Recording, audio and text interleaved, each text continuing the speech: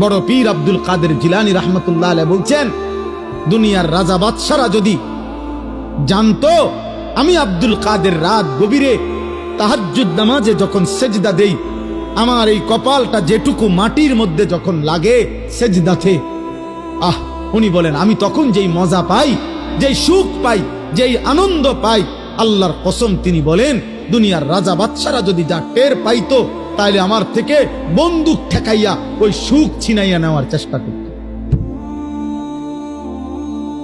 আলা বিযিকরিল্লাহি তাতমাইন্নুল কুলুব।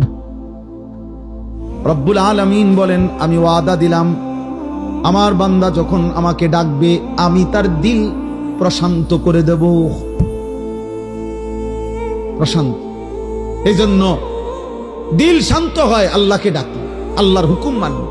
এই জন্য যার স্ত্রী আছে হালাল পবিত্র স্ত্রী, তার দিল শান্ত হয়, সে এক নারীতেই তৃপ্ত হয়।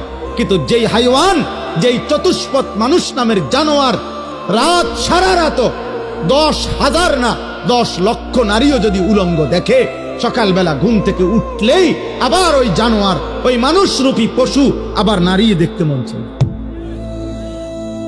তার কোনোদিন তৃপ্তি নেই,